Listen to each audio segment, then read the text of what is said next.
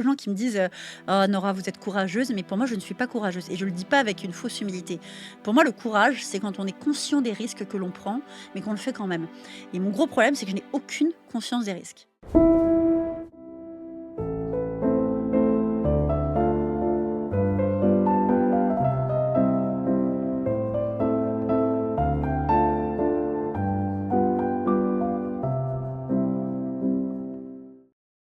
Bonjour à tous. Un mot pour remercier ceux qui nous soutiennent financièrement. C'est grâce à vous que le projet fonctionne, qu'on peut continuer d'aller de l'avant, d'approcher des gens et de se projeter à long terme dans ce projet-là. Si vous voulez nous soutenir justement, vous pouvez vous abonner de façon totalement gratuite au projet, mais vous pouvez aussi vous abonner sur Patreon, également sur YouTube. Il y a 2 options qui s'offrent à vous. Patreon, le lien est dans la description. YouTube, vous allez juste en bas comme ça parce que vous êtes abonné, mais vous avez aussi rejoindre, se joindre. Vous pesez là-dessus et dans les 2 cas, ça vous donne accès aux épisodes 3 semaines d'avance sans publicité ainsi qu'à du contenu exclusif. Sinon, à mardi prochain. Merci. J'interromps la programmation quelques instants pour vous annoncer une très bonne nouvelle. On s'associe désormais, le balado Il reste du monde, à NordVPN. Ce sont eux qui commanditent l'épisode d'aujourd'hui. C'est quoi ça, NordVPN? Commençons avec le début. L'Internet est au cœur de nos vies, hein, et j'allais dire le Wi-Fi également, parce que quand on est à l'extérieur de chez nous, on cherche des Wi-Fi au café, à l'aéroport, dans un restaurant. Quand on le trouve, on est content, on l'a trouvé, mais est-ce que ça nous permet de naviguer de façon sécuritaire pour autant? NordVPN est là pour vous parce que NordVPN protège vos données. Ça vous permet également de voyager et de pouvoir continuer de regarder le contenu qui est localisé au Québec, hein. Ça nous est tous déjà arrivé d'être dans le sud. Et c'est le jour de l'an, c'est Noël. On veut regarder le bye-bye, puis c'est bloqué. NordVPN vous permet donc de protéger vos données, de ne pas vous les faire voler, et ça vous permet donc de déplacer la localisation de vos appareils. C'est disponible sur tous les appareils, c'est important de le préciser, tablettes, téléphone cellulaire, ordinateur, télévision intelligente. Vous allez avoir la même connexion, là, c'est la même vitesse. Comment ça marche? Vous allez dans la description, pesez sur le lien, et ça vous permet, si vous cliquez sur ce lien-là, d'avoir droit à 4 mois gratuits. Vous pouvez connecter 10 de vos appareils avec cet abonnement-là. Ça, c'est les appareils de toute la famille. Sinon, vous prenez 1 mois, vous payez, et si vous n'êtes pas satisfait, il vous rembourse. Allez, bon épisode. Bonjour à tous. Alors, vous connaissez ma passion pour le journalisme, pour le milieu des médias. J'en fais partie, mais je le précise, je ne suis pas journaliste. J'aime rencontrer des journalistes qui osent, qui sautent par-dessus des clôtures, qui vont fouiller là où personne n'ose aller fouiller. Notre invitée aujourd'hui, c'est une Française qui est venue passer quelques jours au Québec, prononcer des conférences. Elle est même allée à New York. Elle s'appelle Nora Bussigny. Elle a infiltré à 2 reprises des milieux d'extrême gauche. Vous allez voir, c'est un épisode dans lequel on découvre ce qu'elle a découvert elle-même, mais où on fait la rencontre d'une femme qui n'a peur de rien. Bon épisode. Nora Bussigny, bonjour. Bonjour, Bienvenue au Québec. ravie. Comment ça se passe? Écoutez, arrivée sportive, mais ravie d'être là. Quel genre de sport? Non, c'est qu'hier, j'ai eu la chance de donner une conférence à Montréal et même là, je ne m'attendais pas à avoir des militants qui m'accueilleraient. Donc de la lutte, là. Oui, effectivement. Mais bon, face au nombre de gens qui étaient présents, c'est passé quasiment inaperçu. Ça s'est mieux passé qu'à New York, on va dire.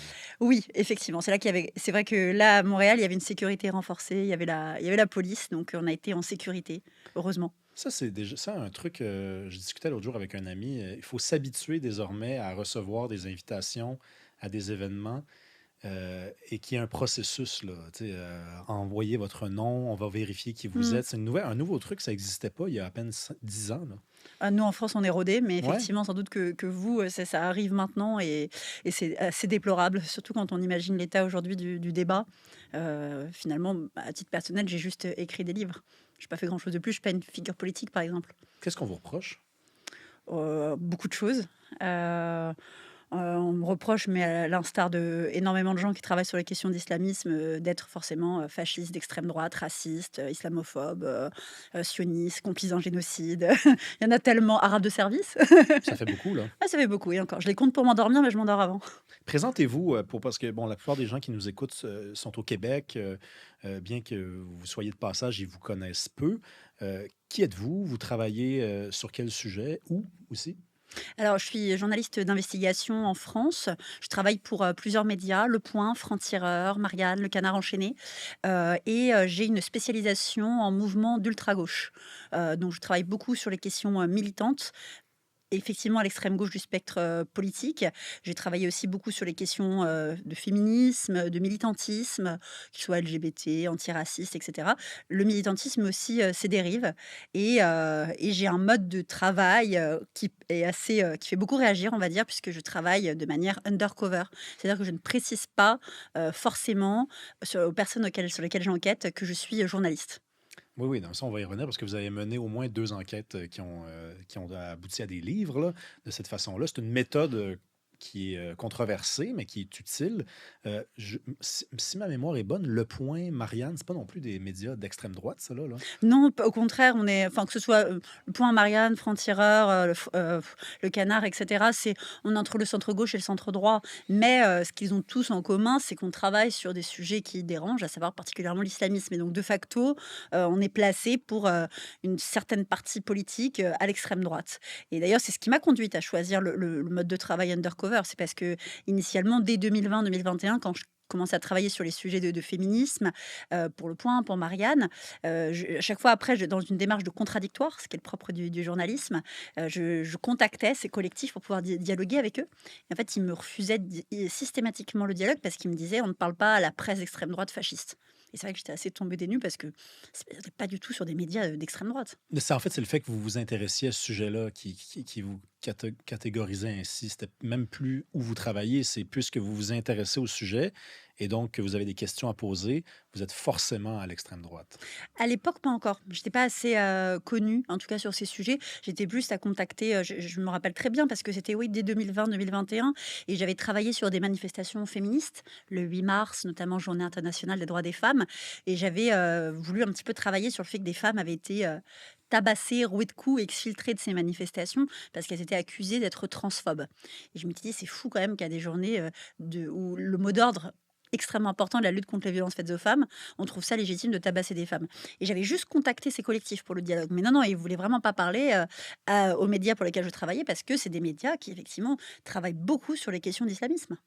Avant qu'on plonge dans ce que vous avez découvert au fil des ans, moi, je m'intéresse encore à la méthode. Il y a un pourquoi de la méthode. Vous nous dites, je voulais faire mon travail normalement, c'est-à-dire de façon classique, poser des questions, avoir des réponses. On me refusait Mm. l'entrée à certains endroits, on me refusait le dialogue. Est-ce que c'est tout ce qui explique cette volonté qui a été la vôtre de procéder de cette façon-là? Ou il n'y a pas aussi, ça avait commencé, me semble, avec 2018, un ouvrage que vous avez publié à la suite d'un reportage qui a été rendu possible par une expérience de travail, finalement, à l'intérieur d'une école. Vous étiez surveillante, vous étiez pionne. On connaît le mot parce qu'on est fan du film Les choristes Oui, au Québec et il c'est y a le drôle. pion dans Les Je savais pas choristes. du tout que vous aimiez Ouais, ces ouais. films particulièrement. Et donc, vous avez été surveillante. Vous vouliez donc vous faire ça non peut-être pas de votre vie toute la vie, mais Non, je voulais enfin, être prof. vous Mais vouliez être c'est lié. prof. Mais vous avez réalisé un certain nombre de choses en travaillant là et ça a donné un livre. Est-ce que ça vous a pas donné cette expérience-là, le goût de procéder de cette façon-là, en fait? Oui, c'est fort possible, vous avez tout à fait raison, du fait que c'est sur la genèse, enfin, les prémices de ce besoin d'être intra communautaire, enfin, d'être au cœur du milieu sur lequel je travaille, effectivement. Pour cet ouvrage, Surveillante, j'avais enfin, 19 ans à l'époque quand j'étais pionne en REP, donc Réseau d'éducation prioritaire, anciennement ZEP. Et en fait, je faisais ça pour pouvoir financer mes études de lettres modernes à la Sorbonne. Je voulais être prof. Et en fait, j'étais complètement hallucinée de ce que je voyais tous les jours. Et c'est vrai que les pions, contrairement aux profs, aux proviseurs, etc., on a un rapport qui est totalement différent avec les adolescents, puisqu'on est beaucoup plus dans la confidence, le dialogue, mais aussi la discipline. C'est une figure tutélaire, mais pas la même. Il n'y a pas cette dimension pédagogique. Et en fait, je me disais, c'est fou parce qu'on entend toujours des profs, mais on n'entend jamais des pions. Et en fait, les situations ubuesques que je vivais, je les écrivais pour moi, vraiment dans mes petits carnets. Et vous savez, quand on grandit en banlieue, on ne connaît pas de journaliste. On n'en a jamais vu, enfin, on n'en côtoie pas. Et en fait, j'avais une copine qui faisait du babysitting chez des journalistes du Point. En fait, je la suppliais de leur faire lire mes textes, juste pour avoir un regard et des conseils. Et pourquoi pas, soit en faire un blog, soit le proposer à la Gazette de ma ville. Et en fait, il s'est passé quelque chose de dingue, c'est que le directeur du Point m'a laissé ma chronique hebdomadaire dans ce média. Donc j'avais 19 ans, j'avais jamais écrit un article de ma vie. Je savais pas ce qu'était un chapeau, j'écrivais au passé simple. Et en fait, cette rédaction s'est mise un petit peu à me former, à m'apprendre les bases de l'écriture journalistique. Et en fait, cette chronique a tellement bien marché marché que j'en ai fait ce premier ouvrage, Surveillante. Mais tenez, parlons-en un peu de ça. Qu'est-ce que vous aviez remarqué à l'époque? Parce qu'un pion, un surveillant, on dit ici, c'est quelqu'un qui est, dans ma conception de la chose, dans le couloir là, Mmh. aussi. Donc, c'est en classe, il y a des règles. Les élèves agissent ou non selon les règles, mais il y a quand même de meilleures raisons de les respecter qu'il y en a peut-être à l'extérieur de la classe, là où on peut s'échapper puis courir. Est-ce que vous aviez accès à une autre expérience de l'éducation? C'est quoi que vous avez remarqué? C'est quoi que vous avez rapporté principalement? Alors, il y a eu, beaucoup, beaucoup de thématiques. Déjà, j'étais assez fascinée par cette génération Z, née après donc 1995, sur sa manière d'être, d'agir, de communiquer, les réseaux sociaux qui étaient omniprésents. Moi, je suis une millennials, j'ai 30 ans, donc j'ai pas grandi forcément avec ça, même si je connais et je sais l'utiliser. Et aussi en parallèle de ça, c'est vrai que, j'assistais à beaucoup de problématiques liées aux drogues, aux deals. Ça, c'était très présent dans la banlieue où moi j'ai grandi. On avait des jeunes de 11, 12 ans qui faisaient les guetteurs pour des vendeurs de drogue, Comme dans dans les les films, là. ouais, comme dans les films. Et ils avaient tous, par exemple, ils appellent des nourrices, c'est des appartements où il y a de la drogue qui pousse. Et du coup, les enfants, en fait, entre la pause déjeuner, bah, ils allaient faire ça et ils revenaient pas toujours en cours. On était face à des parents, pour certains démissionnaires. Il y avait aussi des problèmes déjà à l'époque de violence conjugale entre des adolescents de 11, 12 ans. C'était assez fou. Et surtout, enfin ça c'est indéniable, c'était la question de l'islamisme. J'étais face à notamment des collègues, enfin un collègue, je le raconte dans le livre et dans mes chroniques, qui radicalisait les jeunes.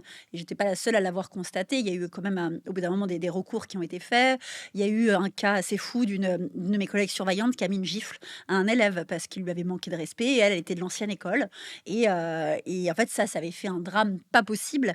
Ça avait pris vraiment une ampleur dingue. Il y avait des choses vraiment folles que j'observais. Et celles, les profs qui sortis de leur salle de classe ne savaient pas forcément ce qui se passait. Ils avaient évidemment d'autres problématiques à gérer dans la classe, mais nous, c'était tout ce qui est les abords de l'établissement, comme vous le disiez, les couloirs, les cours de récré, et surtout la vie personnelle de ces jeunes.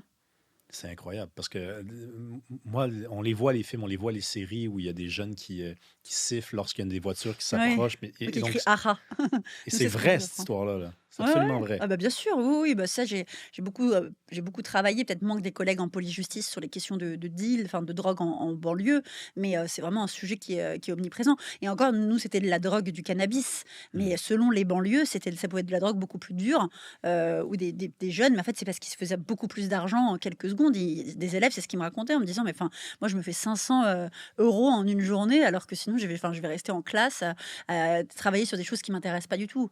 J'ai choisi mon camp. Hmm. Est-ce que c'est les ennuis? Est-ce que les ennuis commencent avec les nouveaux inquisiteurs, l'enquête d'une infiltrée en terre woke? Le titre vous a été reproché. Ouais. J'ai lu. Faut dire que c'est quand même assez vendeur. Surtout la deuxième partie, l'enquête d'une infiltrée en terre woke. Je vous donne la parole. Je veux que vous nous expliquiez comment ça a commencé cette histoire-là. Comment vous avez eu l'idée de procéder de cette façon-là également. Oui, alors c'est marrant que vous disiez Il y les a des ennuis ont mimes. J'ai vu des commencé. mimes sur vous. Ouais, des mèmes, j'adore. Moi, je les adore. À chaque fois, c'est le truc le plus drôle. C'est parce qu'ils vont mettre des mèmes et moi, je les ai trouvés incroyables. Je les collectionnais parce que je me disais, mais je suis millennials, donc avoir un mème de soi, c'est la consécration. Là où certains le faisaient pour pouvoir se moquer de moi, moi, au Parce que contraire, vous je étiez trouvais ça très. déguisé. Ouais, je m'étais mis, mais juste une fois, sur une photo, je m'étais pris en photo parce que je la trouve incroyable avec une perruque rose. Parce que, enfin, c'était ce que je voyais tout le temps. Je me suis dit, ah, ça serait drôle, mais je l'utilisais pas. Et c'est vrai que en plus, c'est moi qui l'ai posté. C'est pas comme si elle l'avait fuité du tout. Et c'est vrai qu'il y en a certains qui l'ont utilisé de manière détournée. Moi, j'ai trouvé ça formidable parce que j'adore le fait de pouvoir caricaturer, Ah oui. se moquer. C'est une forme de critique que je trouve géniale. Sinon, je l'aurais pas posté cette photo. Et alors, oui, effectivement, c'est là que les ennuis ont commencé.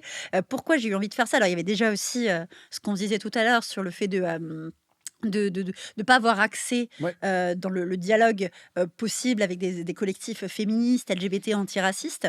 Et ensuite, dans la foulée de ces enquêtes, je m'étais retrouvée à interviewer des jeunes militants, beaucoup LGBT, mais aussi féministes, antiracistes, qui sortaient de ces luttes. Qui avaient été très très engagés sur un temps donné et qui n'en pouvaient plus, qui arrivaient à saturation sur des problématiques que moi je découvrais, qui étaient complètement démentes. Je me rappelle toujours d'une, j'en avais fait un article pour Le Point à l'époque qui avait vraiment fait beaucoup, beaucoup réagir, où en fait, c'était notamment un jeune militant LGBT qui avait été rejeté de son collectif dans sa ville, qui était une ville dans les Pays de Loire, si je me souviens bien, parce que c'était une jeune femme, pardon.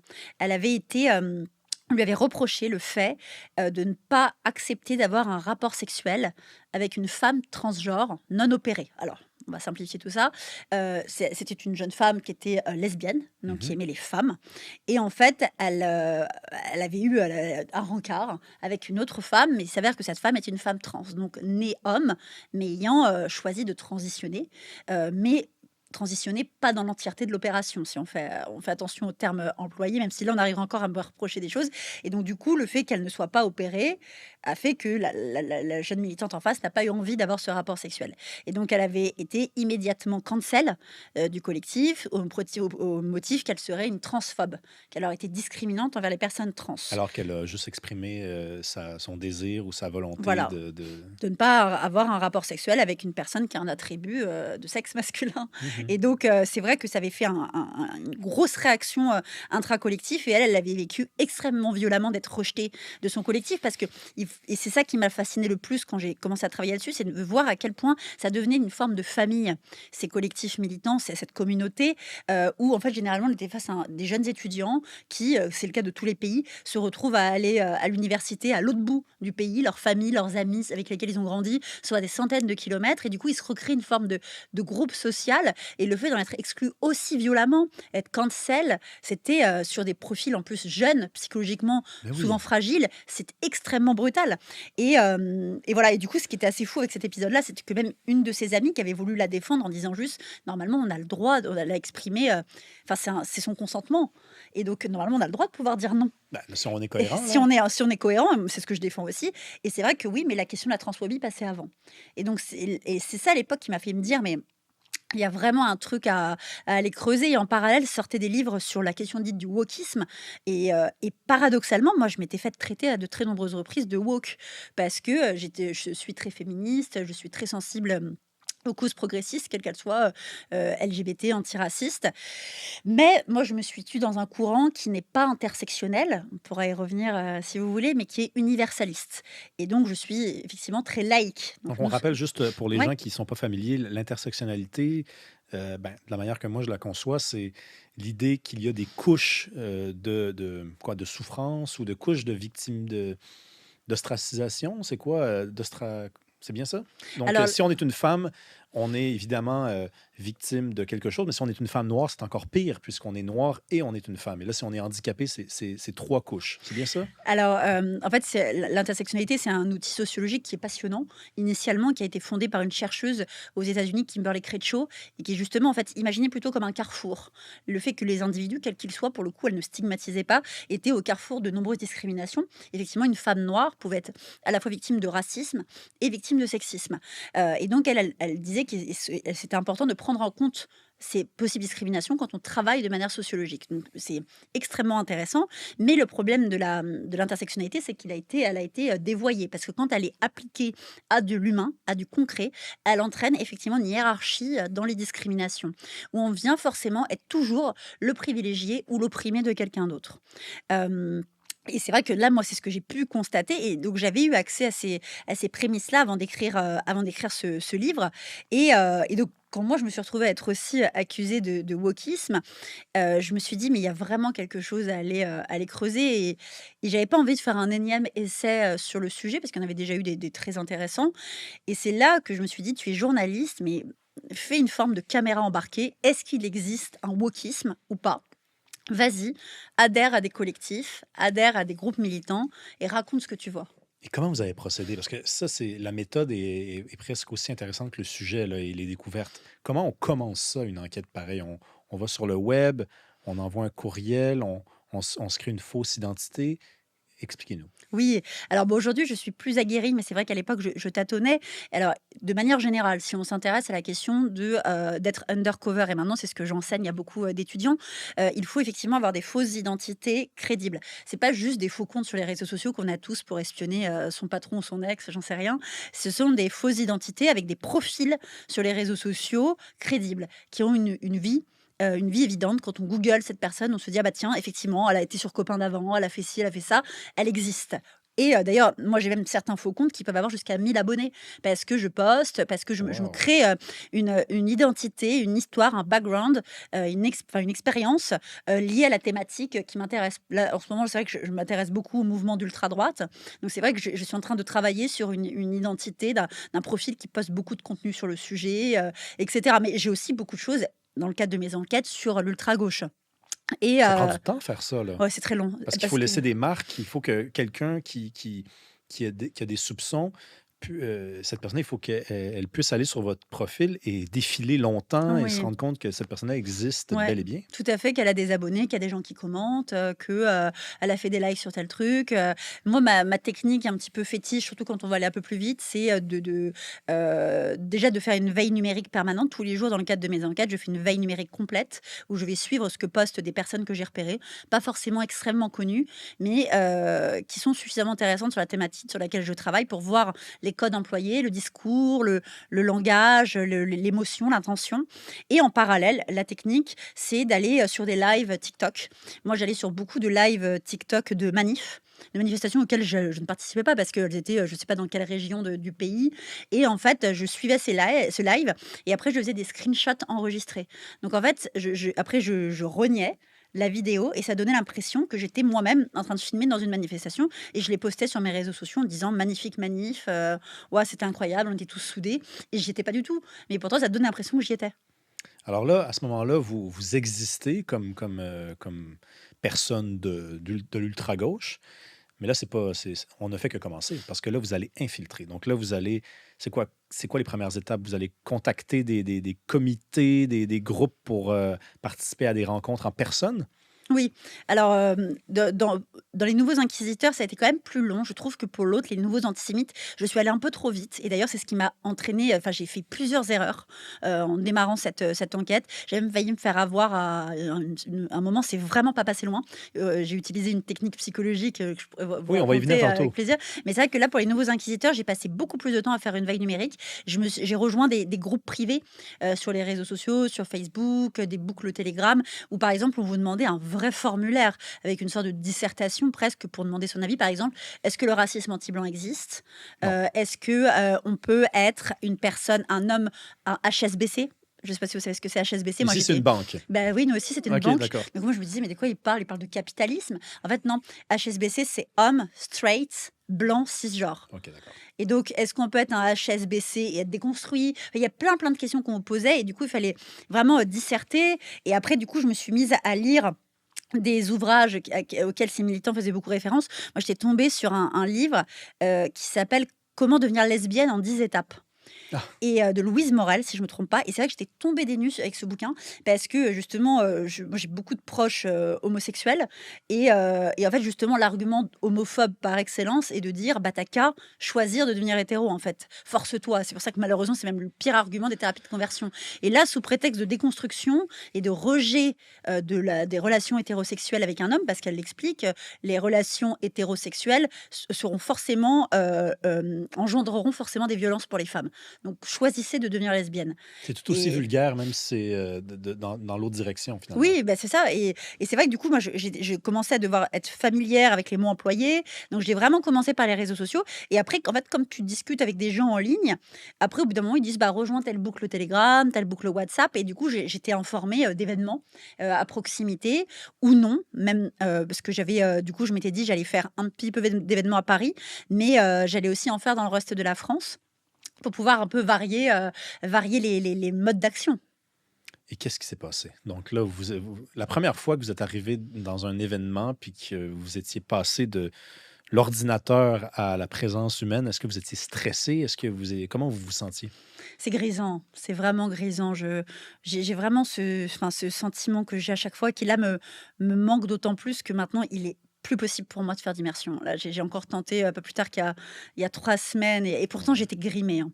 J'étais grimée, ça faisait un moment que j'avais pas fait de télévision et J'ai Mais tenu quelques grisant, ça veut dire que vous étiez fébrile, c'est Ah ça? oui, oui, oui, mais de toute Oui, façon, oui. je suis, fébrile en permanence quand on enquête. Oui, oui, Je oui. pense que c'est vraiment le propre de l'investigation, c'est qu'on sait qu'on touche du doigt quelque chose de vraiment intéressant et qu'on peut à tout moment se faire repérer aussi et donc déjà, j'avais fait une grosse cure médiatique. À chaque fois que je fais une enquête, je sais que je n'apparais plus, mon visage n'apparaît plus, je fais pas de radio ni quoi que ce soit. Je poste plus rien, mes comptes passent en privé pour faire un petit peu oublier mon visage. À l'époque, j'étais pas, connue, du tout en France, et donc oui, j'avais fait des premières manifestations et après j'ai fait des groupes de parole. Heu et c'est vrai que c'était très intéressant de dialoguer avec les autres et surtout, je m'étais rendu compte qu'il fallait vraiment un des premiers événements que j'ai fait, j'ai demandé à une amie de venir avec moi parce que c'est vrai que je voyais bien que quand je venais seule, on est plus suspicieux, enfin, c'est une personne qu'on connaît pas forcément et qui arrive toute seule et du coup, alors que quand tu viens avec une copine, ils se disent: «Bah, c'est 2 amis qui viennent assister à un groupe de parole» et surtout, j'avais cette amie qui m'avait fait une remarque très juste à l'époque. C'est quand j'avais voulu poser une question, lors d'un événement, elle m'avait dit: «Tu parles comme une journaliste». Fais attention, rajoute plus de d'hésitation. Vous vous en rendez pas compte, vous êtes journaliste aussi, mais c'est vrai qu'on a une manière de débiter, de parler, de poser une question qui est très précise, qui est pas du tout celle de personnes, pas du tout familières avec l'échange. Puis, qu'est-ce que vous avez réalisé? Parce que vous dites le mot dialogue, donc vous dites c'est bien, genre, on pouvait dialoguer, mais est-ce que c'est vraiment un dialogue? C'est-à-dire, est-ce que vraiment, dans les milieux d'extrême gauche, comme ça, il n'y a pas aussi, si véritablement il y a un dialogue, un discours qui est univoque, là? C'est-à-dire, on attend qu'une seule chose, on n'est pas vraiment ouvert à la critique. Qu'est-ce que vous avez constaté? Ce sont des préjugés qu'on a là, en lien avec l'extrême gauche, vous l'avez infiltré. Alors oui, effectivement, il doit y avoir une doxa. C'est un message global, auquel on adhère, à 400. Sinon c'est qu'on bascule. Donc après, il peut y avoir des discussions, mais elles doivent être toujours prudentes parce on n'a pas envie d'être d'un seul coup, cancel. Donc c'est vrai que si on pose des questions, il ne faut pas qu'elles soient jugées, problématiques, déplacées, et cetera. Donc c'est vrai qu'il fallait comprendre cette ligne de conduite générale, pour ne pas en sortir, pour ne pas, créer des soupçons ou de la méfiance. Qu'est-ce que vous avez, parce que vous avez fait une enquête par la suite. Bon, c'est celle, par exemple, qui a fait en sorte que vous avez été invité ici. Ça s'appelle «Les nouveaux antisémites, enquête d'une infiltrée dans les rangs de l'ultra-gauche». Pourquoi vous avez continué sur ce sujet-là? Qu'est-ce qui était pas encore su ou découvert, entre la première et la deuxième et qui vous a donné le goût de faire la deuxième? Bah, déjà un acte, enfin un 7 octobre, Ouais, quand même, accessoirement une attaque terroriste de grande ampleur, presque une Shoah, certains disent même une Shoah, du 21e siècle. Donc c'est vrai que ça a joué, mais c'était pas que ça. C'est que, j'ai sorti ce livre «Les nouveaux inquisiteurs» 3 semaines avant le 7 octobre et dans ce livre notamment, je m'étais retrouvée à un moment, j'en parle, c'est vraiment, je crois que c'est le chapitre qui a carrément même été étudié. La dernière fois, des étudiants m'ont contacté pour des mémoires et cetera. C'est dans «Les nouveaux inquisiteurs», c'est la Pride radicale. Je parle beaucoup de cet événement. Dès qu'on me dit: «Le wokisme n'existe pas», je raconte cet événement. Je vais le faire assez rapidement, mais ceux ouais. qui le veulent pourront le lire parce que c'est 2 gros chapitres où, en fait, je me suis retrouvée à co-organiser une manif de 40 000 personnes dans les rues de Paris, sans qu'ils sachent que j'étais, journaliste. Hem en fait, c'était un événement, la Pride radicale, c'est, chaque année, je pense que tout le monde connaît la Pride, la marche des fiertés, qui se tient chaque année dans de très nombreux pays Oui. et en fait, il y a eu, beaucoup de collectifs qui trouvaient que cet événement était trop capitaliste, pas assez inclusif, trop impérialiste et donc ils voulaient faire leur contre-événement, encore plus déconstruit. Et donc ils ont organisé cette fameuse Pride radicale et du coup, moi, je m'étais retrouvée, je m'étais faite engager, sur cet événement et surtout, j'ai une spécificité qui est que même si je suis blanche de peau, je suis franco-marocaine. J'ai une partie de ma famille qui est de confession musulmane, même si c'est pas mon cas Ça, c'est et embêtant, hein, parce que ça devient plus compliqué, vous critiquer. et bah, alors là, je pourrais vous raconter ce qui s'est passé il y a 2 jours à New York avant que j'arrive à Montréal. Ouais. Mais effectivement, donc je suis ce qu'on appelle une personne racisée. Je n'aime pas ce terme, je ne souhaite pas qu'on l'emploie me concernant, mais en tout cas, dans cet esprit militant, je suis dite racisée. Et donc, pour cet événement, ils avaient besoin notamment de bénévoles racisés. Pourquoi? Puisque cet événement était organisé en non-mixité choisie. Qu'est-ce que c'est la non-mixité choisie? C'est le fait qu'il y ait des espaces où les personnes non blanches puissent être réunies entre elles sans avoir à subir le regard des blancs sur elles. Hmm. Donc concrètement, c'était une manifestation où nous, on était chargés de trier les blancs. Les blancs devaient aller au fond du cortège et les personnes non blanches devant les cortèges. Et donc on se retrouvait à séparer des groupes d'amis, des couples. Moi, je vais même séparer un couple gay. L'un était blanc, l'autre était typé maghrébin. Ah, c'est pas Et bon, du ça. coup, lui, je me rappelle très bien la colère il avait eue en se disant, mais c'est dingue, moi je me suis battue pour pouvoir marcher fièrement main dans la main avec mon mari. Et en fait, vous nous séparez au nom de la lutte contre le racisme, mais c'est dément en fait. Et donc en fait, cet événement était assez fou. Et il tenait vraiment à cette non-mixité choisie. Dans le livre, je le raconte, c'est très drôle. Même si c'est assez terrible, c'est très drôle parce que ça donne lieu à des situations démentes où on a, par exemple, des groupes d'amis qui se disent, qui disaient à un autre de leurs camarades, bah, t'as qu'à dire ton père est noir, comme ça tu pourras rester avec nous. Et il y avait même un tri intra personnes racisées. C'est d'abord les noirs et après les autres afro-descendants. Et donc, bref, toutes ces scènes étaient folles. Mais celle qui a fait le plus réagir avant le 7 octobre, c'était que le jour de cette Pride, enfin avant le jour de la formation, les organisateurs s'étaient demandé cette année où est-ce qu'on met les juifs. Est-ce que les juifs vont avec les blancs privilégiés ou est-ce qu'ils vont avec les racisés opprimés? Est-ce que le juif est privilégié ou pas? Et donc, en fait, ça avait donné lieu à un énorme malaise, puisque visiblement, l'édition précédente, les juifs étaient avec les blancs privilégiés, ils l'avaient pas très bien vécu. Donc, en fait, ils se disaient, mais est-ce que le juif est un blanc ou pas? Et donc à cette époque, ça avait créé une telle gêne. Moi, je me rappelle bien parce que j'avais hésité à le faire, leur dire: «Mais est-ce qu'on proposerait pas aux juifs de mettre un signe distinctif pour que ce soit plus facile de les trier?» Ben, mais c'est parce que c'est la non, prochaine étape. Puis mais effectivement, quand on entend trier des Juifs, bah, bien on a sûr. comme des livres d'histoire qui nous reviennent, Bah, là. non, mais ça, ils l'ont complètement oublié, les livres d'histoire. Et donc, du coup, finalement, ils s'étaient dit, si vous tombez sur un juif, il va où il veut. Comme ça, c'est plus simple. Mais déjà, comment on reconnaît un juif aussi? C'était la grosse question qui se posaient les organisateurs. Et donc, ce bouquin, Les Nouveaux Inquisiteurs, avec ce fameuse hésitation, sort 3 semaines avant le 7 octobre.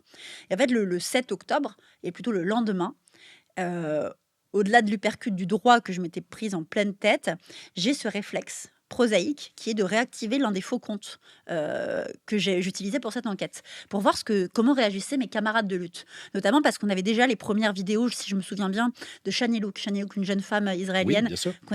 dont on voit, c'est le Hamas qui a publié ces vidéos, on la voit traîner à l'arrière d'un...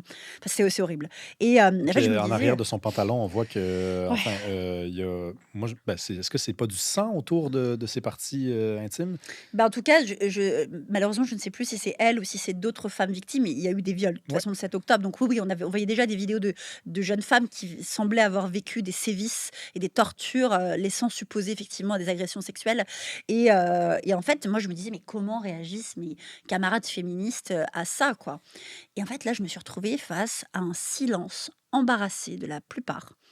Et pire encore, à des militantes féministes et LGBT, très suivies sur les réseaux sociaux, que moi je connaissais, qui sabraient le champagne, qui exultaient de joie face à leur caméra de leur smartphone dans des stories Instagram en disant à quel point elles étaient heureuses de voir qu'enfin l'opprimé se rebellait contre l'oppresseur, qu'enfin le colonisé luttait contre le colon. En fait, je me suis dit, mais c'est pas possible. J'ai loupé, c'est ce que je dis à chaque fois, j'ai loupé l'éléphant au milieu de la pièce. Il y a un truc que j'ai pas vu. Et c'est ce qui m'a donné envie d'y retourner.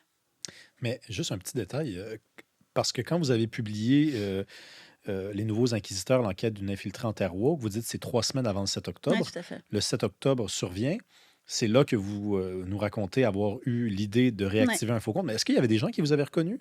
Alors oui, bah, surtout que mon livre avait fait beaucoup, beaucoup réagir les nouveaux inquisiteurs à la sortie en France. Donc je me suis dit: «Il faut que tu sois patiente, tu pourras pas le faire tout de suite». Donc, c'est ça Et l'erreur. et donc c'est ouais.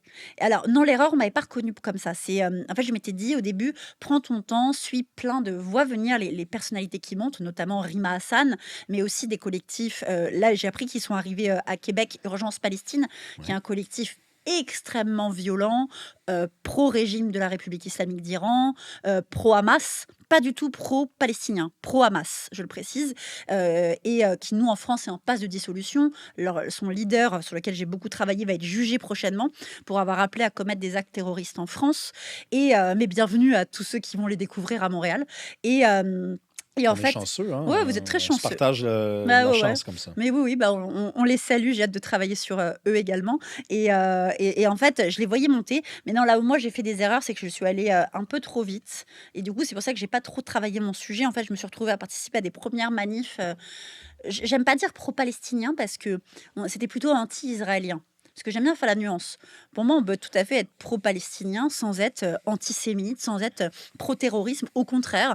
Et dans le livre, moi, je raconte justement une manif que j'avais faite où, en fait, à aucun moment, il y a eu d'apologie du terrorisme, ni d'antisémitisme, ni quoi que ce soit. Et pourtant, c'était une manif en soutien et en faveur de la Palestine. Donc, on peut l'être, bien sûr.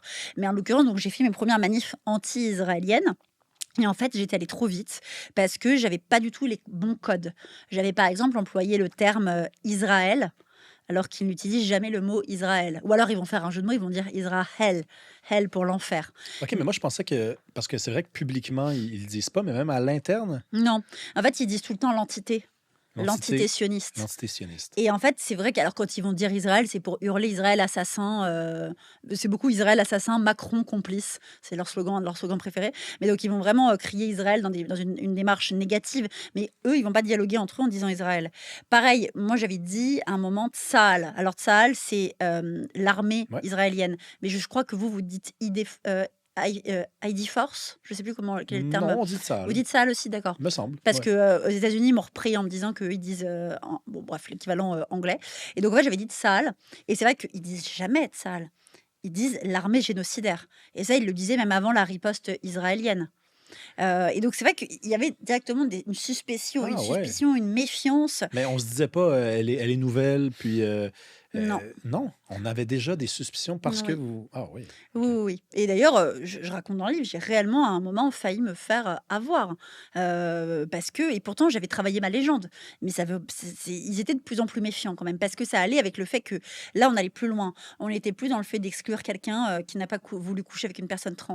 On était à soutenir quand même des organisations terroristes ou liées à un régime, le régime de la République islamique. C'est plus la même chose. Puis est-ce que vous aviez peur physiquement, là, des fois, là? Quand, par exemple, vous avez commis cette erreur-là, là, est-ce que quand on vous a regardé d'une certaine façon ou comment ça se passe dans le corps, ce sentiment-là, là? C'est encore plus grisant. Mais parce que moi, je suis pas. Enfin, c'est mon problème. À chaque fois, j'ai beaucoup de gens qui me disent oh, Nora, vous êtes courageuse. Mais pour moi, je ne suis pas courageuse. Et je le dis pas avec une fausse humilité. Pour moi, le courage, c'est quand on est conscient des risques que l'on prend, mais qu'on le fait quand même. Et mon gros problème, c'est que je n'ai aucune conscience des risques. Aucune. Par exemple, je me rappellerai toujours, j'avais demandé un jour des premières manifs que j'ai faites, parce que je repérais, je cherchais à tout prix à suivre Samidoun. Samidoun que vous connaissez au Québec, parce que c'est une organisation classée terroriste au Québec et aux États-Unis, enfin au Canada même, tout le Canada, et aux États-Unis, mais aussi aux Pays-Bas, en Allemagne. C'est une organisation terroriste qui est la façade prétendument caritative du Front populaire de libération de la Palestine, qui a participé aux attaques terroristes du 7 octobre. Et moi, je cherchais à tout prix à pouvoir les rejoindre un petit peu. Et en fait, quand je suis tombée sur eux en manif par hasard, alors que c'est des mecs complètement masqués, masqués par des kéfiers hyper intimidants, j'ai vu une amie à mes côtés qui un peu tremblotait et qui m'a dit non, mais on va les éviter en fait. Et moi, j'ai foncé directement en me disant c'est mon moment en fait, il faut que je le saisisse tout de suite. Donc, il n'y a j'ai aucun sens du risque. Et d'ailleurs, c'est ce qui fait très peur à mon compagnon, à mes proches qui sont en permanence angoissés pour moi. Et j'en suis désolée. Et ils ont raison parce que j'ai aucune prudence, effectivement. Un peu comme Tintin. Ouais, c'est Ouais, c'est un beau compliment. Tintin, ouais, ça me va très ouais. bien, je prends. Mais c'est quoi le profil de ces gens que vous avez infiltrés avec dans les nouveaux antisémites en quête d'une infiltrée? Ils sont jeunes, ce sont des garçons, est-ce qu'ils sont vraiment de gauche? Vous les avez rencontrés, vous les avez côtoyés. Est-ce qu'on peut faire un portrait type? Oui, alors, je vais vous faire d'abord portrait type du militant et après celui des Oui. leaders. Le militant, c'est un blanc privilégié. Pourquoi je dis blanc privilégié? Je vais le dire très factuellement, puisque la plupart sont des étudiants qui n'ont pas besoin d'avoir un job étudiant. Ce qui déjà, quand on vit en France, est pas donné à tout le monde. Vu le coût de la vie, vu malheureusement la précarité estudiantine, la plupart des étudiants ont besoin d'un job étudiant. Ça a été aussi mon cas, malgré les aides. Et donc, eux n'ont pas besoin d'avoir un job étudiant. Sans doute, soit souvent les profils, c'était les parents qui avaient déjà un appart de longue date dans Paris. Et donc, ils y vivaient très facilement. Leurs parents leur payaient leur vie courante. Ou alors qui avaient beaucoup d'argent, vivaient chez leurs parents, qui avaient encore une fois des apparts dans Paris. Donc, il y en avait aucun besoin financier type. C'est pour ça qu'en fait, ils avaient tout le loisir de faire des occupations, comme vous avez eu avec les encampements McGill, Ouais, devant ouais, ouais, McGill. ouais, Eh ouais. bien, en France et en Belgique où je me suis rendue, mais aussi à Columbia aux États-Unis, ces profils-là pouvaient occuper des jours, voire des semaines, des endroits sans en sortir, parce qu'ils savaient très bien que s'ils sortaient, ils ne pouvaient pas forcément revenir.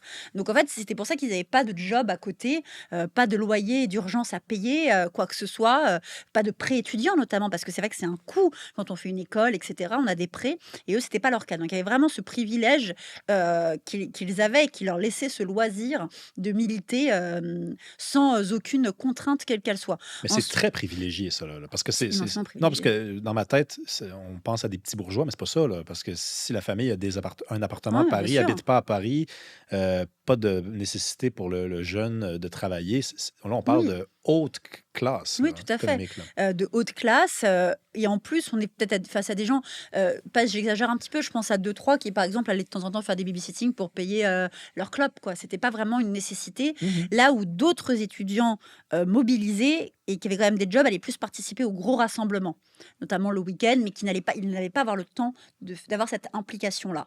Et donc on avait déjà ce gros profil-là qui était le profil, le plus manipulé, le plus radicalisé, par du coup des groupuscules et des figures qui ont très bien compris comment faire pour les radicaliser. Et alors là, on va avoir un autre type de profil qui va être, j'ai vu très peu de Palestiniens ou d'origine palestinienne, ce qui est assez paradoxal parce que le propre des luttes militantes, c'est de dire laisser parler les concernés. Ah ben Mais là, il oui. n'y a pas beaucoup de concernés en l'occurrence. Moi, j'ai croisé que deux, trois militants palestiniens ou d'origine palestinienne. Il y allait y avoir beaucoup de militants, le reste, dans ce côté du militantisme, qui est d'origine arabe, mais plutôt d'Algérie. En tout cas, c'est ce qui ressortait beaucoup. Moins du Maroc, d'où je viens, mais vraiment d'Algérie. Et le reste, non, c'était vraiment que des blancs. Enfin, quand je dis des blancs, c'est des personnes qui sont nées en France, leurs parents sont nés en France, etc. Donc pas issus de l'immigration. Après, en fait, ce qui se passait, c'est du coup, ils étaient encore plus poreux à une radicalisation qui s'opérait notamment par Samidoun, dont je vous parlais, Mhm. mais aussi par des agents d'influence du régime de la République islamique d'Iran. Moi, j'en ai suivi plusieurs, dont un sur les réseaux sociaux qui a plus d'un demi-million d'abonnés. Et en fait, l'idée, que ce soit Samidoun ou ces agents du régime, c'est d'investir des mouvements palestiniens, des moments de soutien à la Palestine. Il y en a à chaque fois depuis toujours, la première et la seconde intifada, on le sait très bien, et je le comprends, c'est une cause qui se défend comme d'autres. Le souci, c'est que eux amenaient, et je l'ai très bien vu notamment à l'ULB à Bruxelles, mais aussi dans certains campus universitaires en France. Leur but, c'était que dès qu'il y avait un discours de soutien aux Palestiniens, il fallait que ça devienne un discours de soutien au Hamas. Donc en fait, l'idée, c'était soutenir le terrorisme. Eux n'appellent pas ça le terrorisme, ils appellent ça la La résistance armée. résistance, ouais. Et donc on basculait de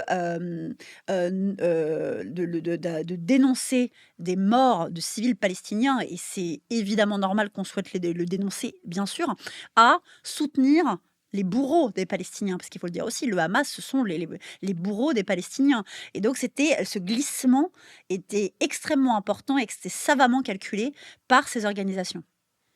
Les bourreaux, ben, moi, je le précise pas. Israël aussi est d'une certaine façon un bourreau d'Israël, des Bien Palestiniens. sûr, mais Mais alors Israël, le gouvernement israélien. le gouvernement, Oui, oui, effectivement, le le gouvernement. gouvernement israélien est aussi un bourreau des Palestiniens, même si le Hamas est le bourreau des Palestiniens en premier lieu, malheureusement, en les utilisant comme bouclier humain, etc. Après, le reste, c'est des questions de conflit. Et moi, c'est pas mes sujets parce que je suis pas du tout Mhm.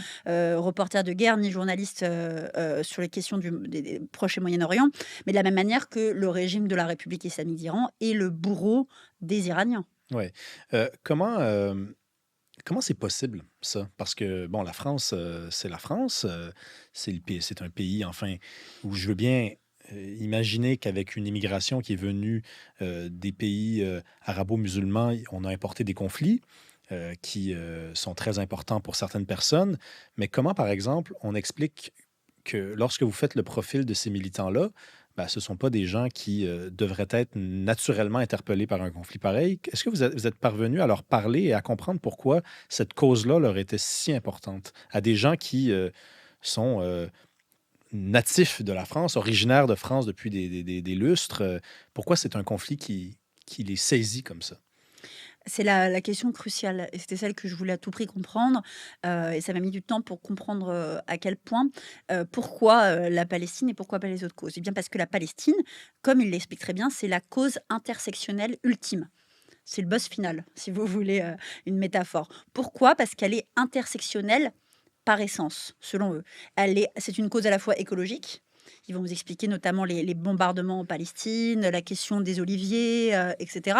Elle est immensément féministe pour eux. Ils vont vous prendre des modèles de terroristes, femmes, comme Leila Khaled du Front populaire de libération de la Palestine. Ils vous expliquent comment la résistance armée devient une manière pour les femmes de s'émanciper.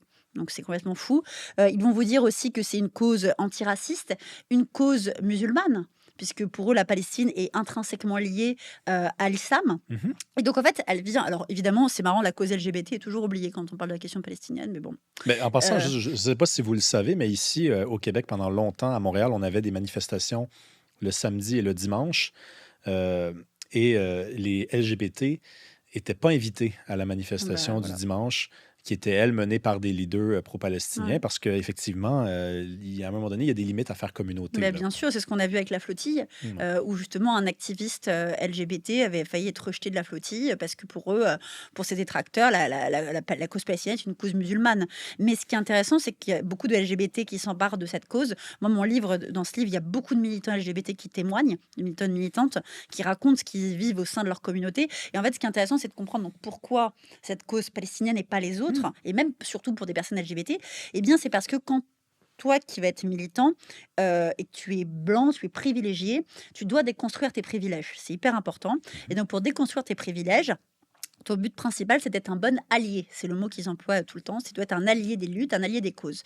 Et si tu es un bon militant intersectionnel, tu dois être forcément décolonial et soutenir les peuples opprimés dans la manière qu'ils choisissent de lutter contre l'oppresseur. Et donc, tu n'as pas à juger le choix que font les peuples opprimés pour lutter contre l'oppresseur. Parce que si tu le fais avec ton regard de blanc privilégié que tu dois déconstruire à tout prix. Donc c'est pour ça qu'eux vont être plutôt dans un rapport de silence gêné, voire même de vision complètement décoloniale. Et moi, je l'ai vu notamment sur la question des viols commis le 7 octobre, parce que c'était la question que je posais à chaque fois à toutes les militantes féministes que je côtoyais en immersion. Je leur demandais, est-ce que ces viols ont bien eu lieu? Et j'avais 3 types de réponses. La première, c'était que c'était des militantes féministes qui me disaient que ces viols n'avaient pas eu lieu. Ce qui déjà est assez fou, puisqu'on sait que dans les luttes féministes, l'un des slogans principaux, c'est victime, on te croit. Donc on doit croire toutes les victimes qui disent avoir vécu une agression sexuelle. Et la deuxième réponse que j'avais, c'est que c'était un viol. Il y avait bien eu des viols, mais c'était des viols patriarcaux, pas antisémites. Parce que c'est le propre des hommes de violer des femmes de tout temps et en permanence, mais qu'on ne peut pas accuser le Hamas d'antisémitisme dans ces viols-là. Et la troisième réponse, moi je trouve que c'est celle qui symbolise le plus la question décoloniale et de montrer à quel point il y a un gros problème avec ce sujet. C'est une militante qui m'avait dit embarrassée que le Hamas avait répondu avec sa culture. C'est-à-dire que pour elle, militante blanche, privilégiée, c'était la culture du Hamas, donc la culture arabe, qui est donc aussi accessoirement ma culture. Dans leur culture de violer, de torturer des femmes. Et donc on ne pouvait pas se permettre de juger la manière dont une culture s'applique dans le pays d'une personne. Et c'est en ça que c'est complètement dément. On l'a vu notamment, moi j'ai beaucoup travaillé sur les questions des excisions sur les jeunes filles. Et c'est vrai que c'est encore un sujet, même en France, où il y a des personnes qui n'osent pas en disant mais nous, on ne veut pas juger une culture. Parce que c'est pas une culture, hein, c'est un sévice perpétré sur des jeunes filles. C'est incroyable, mais je suis un petit peu subjugué. Là. Est-ce que la troisième explication qu'on vous a donnée, euh, est-ce que ça représente un vrai courant de pensée? Est-ce qu'il y avait d'autres personnes qui disaient ça ou c'est juste une personne qui vous a dit Ah ça? non, mais c'est un vrai courant de pensée. Oh, De toute manière, je voulais que vous me ça... rassuriez, Ah mais c'est pas non, je possible. n'ai pas du tout rassuré, et puis qui date pas du tout du 7 octobre. Moi, j'encourage beaucoup à lire Ourea Boutelja, parce que c'est pour moi une des pires figures possibles de ce mouvement. Et d'ailleurs, elle a fondé le PIR, PIR, Parti des indigènes de la République. Et on est par essence dans ce qu'il y a de pire dans la question décoloniale. Elle a écrit notamment un livre, enfin, on ne peut même pas appeler ça un livre, qui s'appelle Des Blancs, des Juifs et nous. Et elle explique très bien la question, mais elle n'est pas la seule, hein. la question de ne pas porter plainte si on est une femme victime d'une personne issue de l'immigration, parce que vous allez faire subir à cette personne la violence policière si vous portez plainte. Et donc, en fait, c'est en ça que il y a des dérives dans la question décoloniale qui poussent, par exemple, ces militantes féministes et LGBT à se réjouir des violences perpétrées le 7 octobre. Parce qu'il y a ce logiciel binaire, vous êtes un oppresseur ou vous êtes un opprimé. Vous êtes un privilégié ou un opprimé, un colon ou un colonisé. Mais cette espèce de façon qui en est pas véritablement une de réfléchir, est-ce que c'est un passage, non pas obligé, il ne faut pas exagérer, mais est-ce que les gens que vous avez fréquentés, infiltrés, ils étaient jeunes et on peut quand même garder espoir qu'ils vieilliront puis ils changeront d'avis? Ou est-ce que c'est beaucoup plus systémique dans cette France qui a changé? Je suis assez dubitative sur cette question. Je vous cache pas que c'est propre à une jeunesse quand même, parce que déjà quand on est jeune, effectivement, vous avez raison, on est très engagé, on peut être extrêmement radical dans sa posture. Parce que moi, Mais des fois, je me rappelle certaines positions que j'ai prises quand j'avais 17 ans et oui, moi aussi. j'en suis un peu gêné, là. Moi aussi, d'ailleurs, je l'ai raconté beaucoup en interview. Je suis persuadée, si j'avais pas eu les parents que j'ai eus, j'aurais pu être aussi radicale que ça.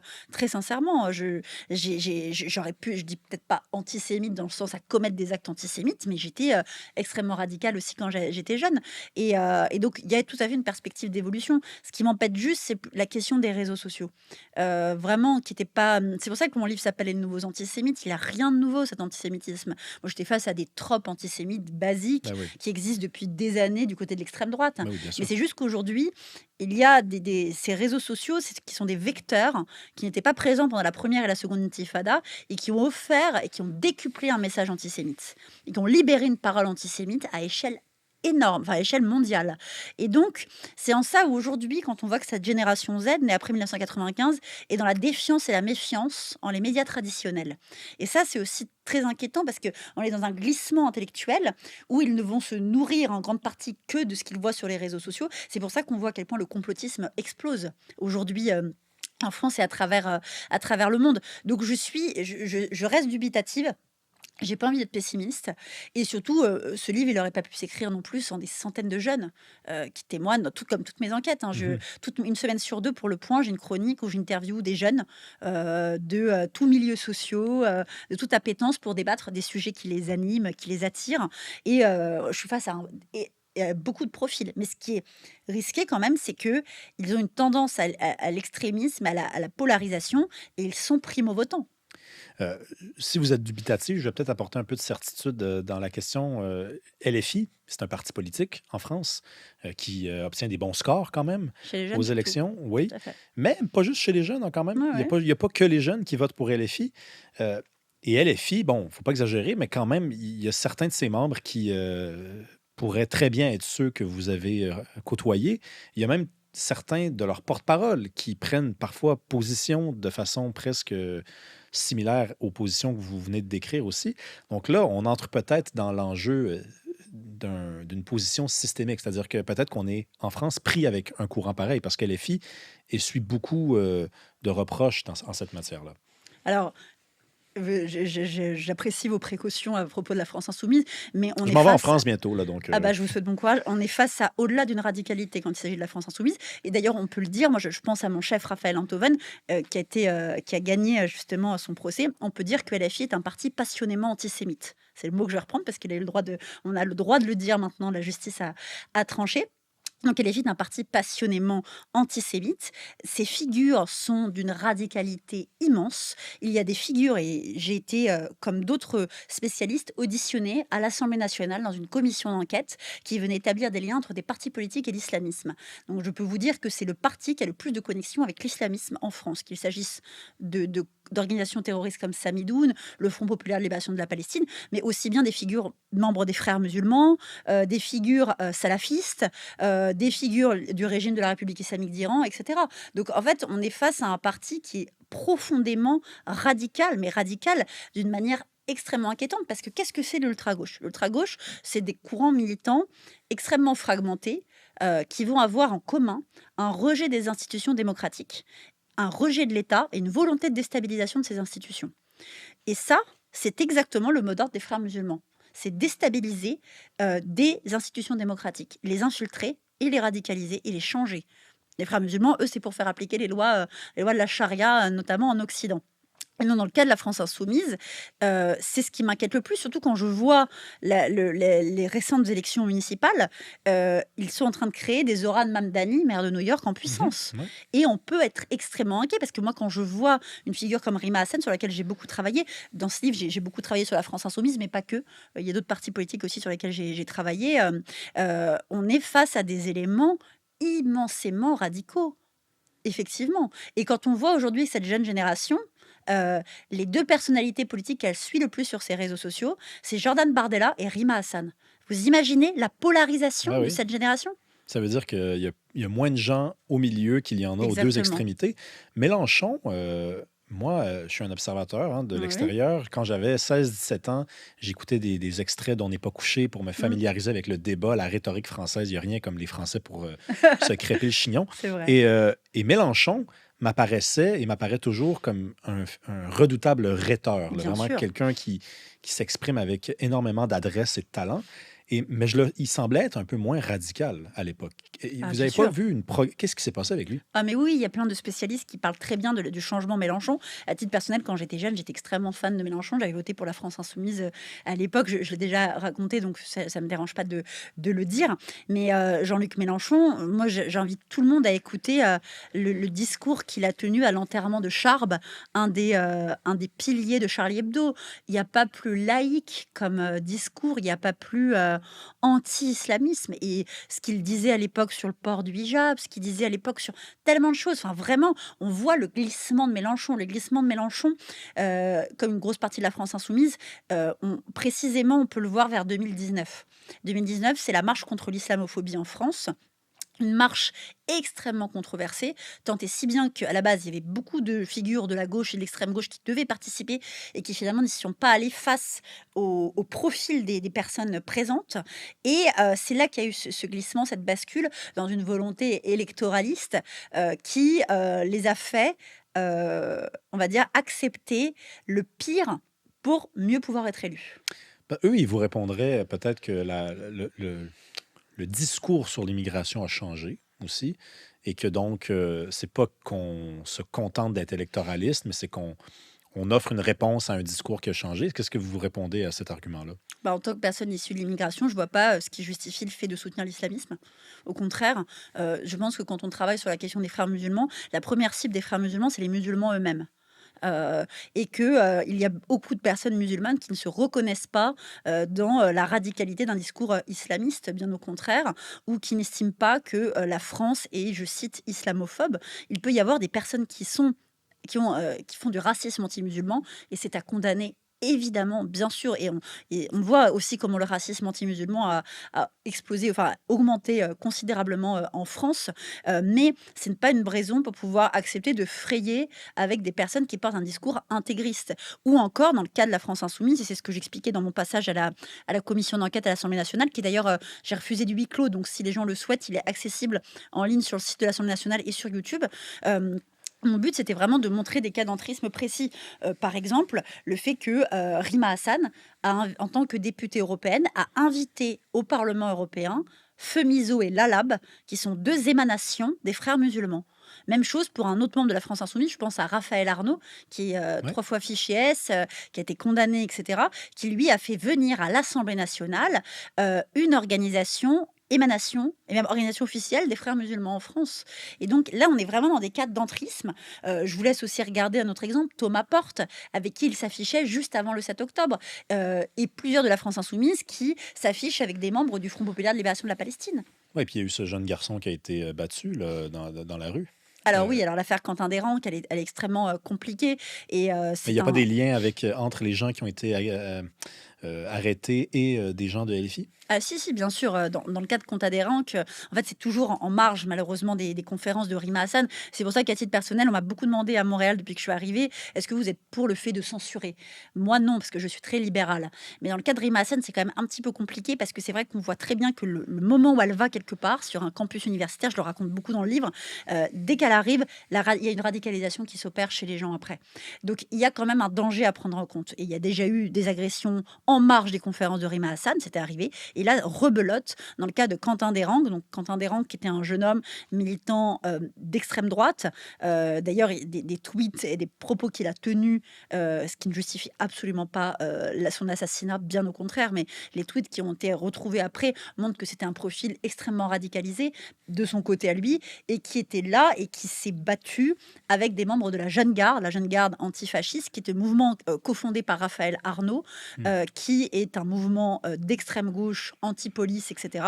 Et en fait, ils ont été plusieurs à s'acharner sur Quentin, notamment sur son crâne. Et du coup, parmi les personnes qui étaient recherchées et soupçonnées d'avoir participé, il y avait des collaborateurs parlementaires de Raphaël Arnaud. Lui n'était pas sur place. Euh, je suis obligé de vous poser une question assez grave.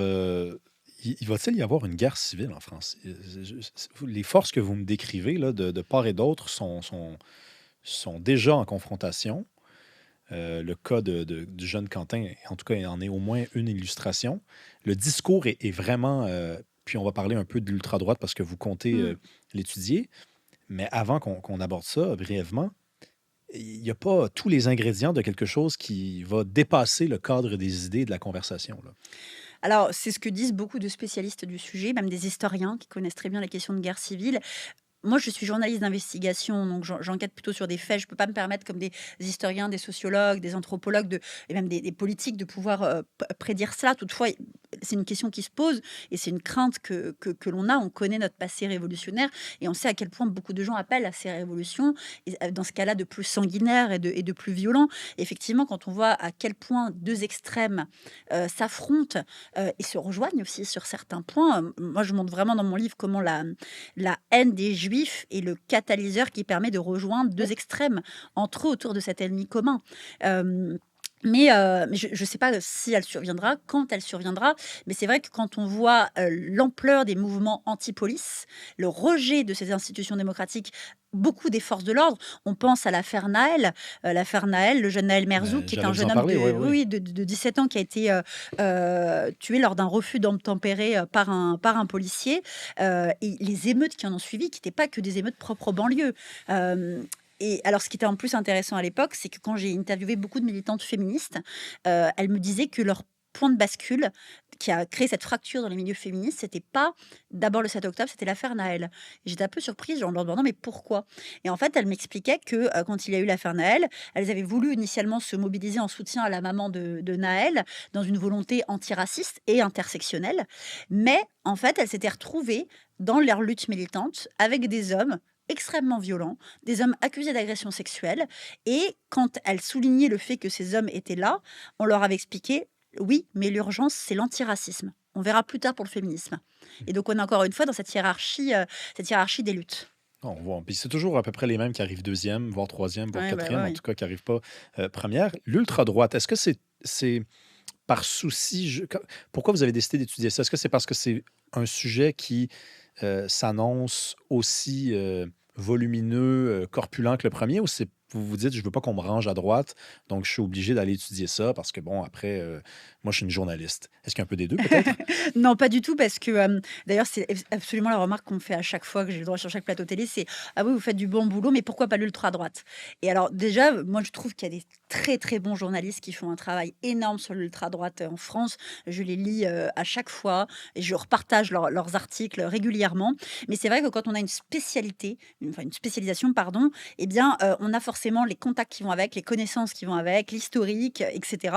Et moi, c'est vrai que c'est l'ultra-gauche. Donc, l'ultra-droite, j'ai commencé un petit peu à écrire dessus, mais je n'ai pas, j'ai pas encore des années devant moi, comme c'est le cas pour l'ultra-gauche, de pouvoir approfondir le sujet et enquêter avec autant d'aisance que je peux le faire pour ce sujet-là. Mais toutefois, je m'intéresse plutôt parce qu'elle se recoupe.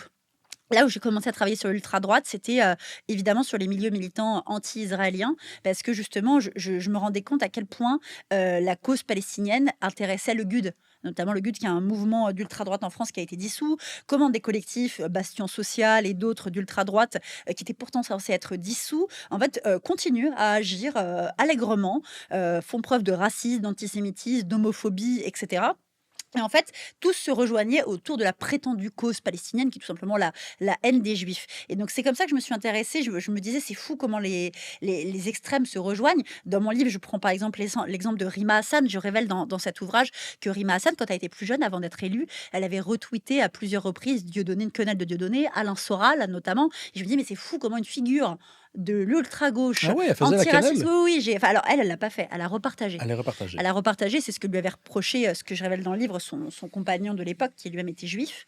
Et surtout, elle avait retweeté à plusieurs reprises Alain Soral. Alain Soral, qui par exemple est aujourd'hui un grand fan de Rima Hassan et de Jean-Luc Mélenchon. C'est assez fou de voir ces connexions qui se font entre les deux extrêmes. Donc c'est plutôt dans cet intérêt-là que je m'intéresse beaucoup à l'ultra-droite. Et c'est pour ça que je recommande notamment la série La Fièvre de Éric Benzekri, qui est une série qui, pour moi, illustre parfaitement ce que vous parliez avec la question de la guerre civile, qui est à tout, qui a deux doigts, on est proche de l'embrasement, et comment ces extrêmes arrivent à se rejoindre dans une volonté de déstabilisation de ces institutions. Alain Soral s'est beaucoup promené avec les années, hein. Franchement, Oui, c'est un peu difficile de le mettre dans sa catégorie. Je pense qu'il a voulu, en fait, créer sa propre catégorie, histoire ben, je sais pas, de ne pas être mis nulle part. Mais le danger dans ce temps-là, oh, c'est je pense que quand on a une telle haine des Juifs, on va où le courant nous mène. Ouais. Et c'est pour ça que là, en ce moment, il est complètement fou de Rima Hassan, mais tout comme il l'a été à l'époque, là où Dieudonné, c'est un petit peu quand même différent d'Alain Soral, même si tout aussi abject, évidemment. Et là, c'est pour ça qu'Alain Soral a fui même la Suisse, où il a été, il y a eu encore une fois une action en justice, il a encore une fois été condamné, même en France aussi. Et là, il a fui. Paraît-il qu'il serait en Russie. Je ne sais pas si ça a été acté, en tout cas, c'est ce que disaient des confrères. Euh, Merci d'être venu aujourd'hui. Vous avez dit que ça s'était mal passé à New York, puis qu'il y avait même un lien avec le fait que vous aviez des origines arabes. C'est quoi cette histoire? les, J'ai pas nouvelles, oublié. les nouvelles vont vite entre confrères, effectivement. Alors non, à New York, ça s'est quand même extrêmement bien passé. J'ai été merci à la Maison française, merci à l'Université de New York et la LICRA de m'avoir reçu. C'était une conférence qui a eu un franc succès. Il y avait énormément de monde et c'était formidable. Mais c'est vrai qu'il y a eu des étudiants de l'Université de New York, très militants, qui sont venus dans une volonté d'interrompre cette conférence. Donc, ils ont distribué des tracts en français et en anglais aux participants. Un tract dégueulasse avec marqué Nora fuck you, et après qui racontait à quel point j'étais un monstre. Et surtout, ils s'en prenaient aussi à l'invité qui était venu avant moi, qui s'appelle Eva Illouz. Eva Illouz, qui est pourtant une figure de la gauche française, mais qui, la pauvre, elle est juive. Et du coup, elle est accusée de sionisme, etc. Et pourtant, franchement, je vous invite à lire Eva Illouz. C'est une figure de gauche, hein. Et donc, il voulait à tout prix interrompre cette rencontre. Et c'est vrai que enfin, c'était vraiment une volonté de perturbation. Et c'est vrai que moi, je suis un peu habituée à ces profils-là. Et je leur ai fait une remarque, notamment à l'une de leurs leaders, en leur expliquant à quel point ils étaient racistes, parce qu'ils voulaient cancel et museler une femme arabe. Et que donc, il serait temps qu'ils déconstruisent leurs privilèges de blancs pour ne pas... Enfin, parce que là, il y avait vraiment urgence dans leur militantisme. Et c'est vrai que ça les laisse un peu quoi. Ben Ils ne oui, savent pas répondre dans ce genre de moment. Et c'est parce que je les ai tellement fréquentés que je sais très bien quel bug dans la matrice leur père. ça aura au moins servi à ça. Ouais. Merci beaucoup. Je vous laisse aller vous promener au soleil. Bienvenue au Québec. Merci à Merci. vous d'avoir été là. Je m'adresse aux patients. Merci. Les patients, c'est ceux qui regardent les épisodes lorsqu'ils sortent. Merci d'être là. Commentez, abonnez-vous, partagez. Ceux qui sont impatients, sachez qu'on est sur Patreon. Le lien est dans la description. On est également sur YouTube. C'est-à-dire que vous pouvez rejoindre, devenir membre exclusif, avoir accès aux épisodes 3 semaines d'avance, sans publicité, ainsi qu'à du contenu exclusif. Sinon, à mardi prochain.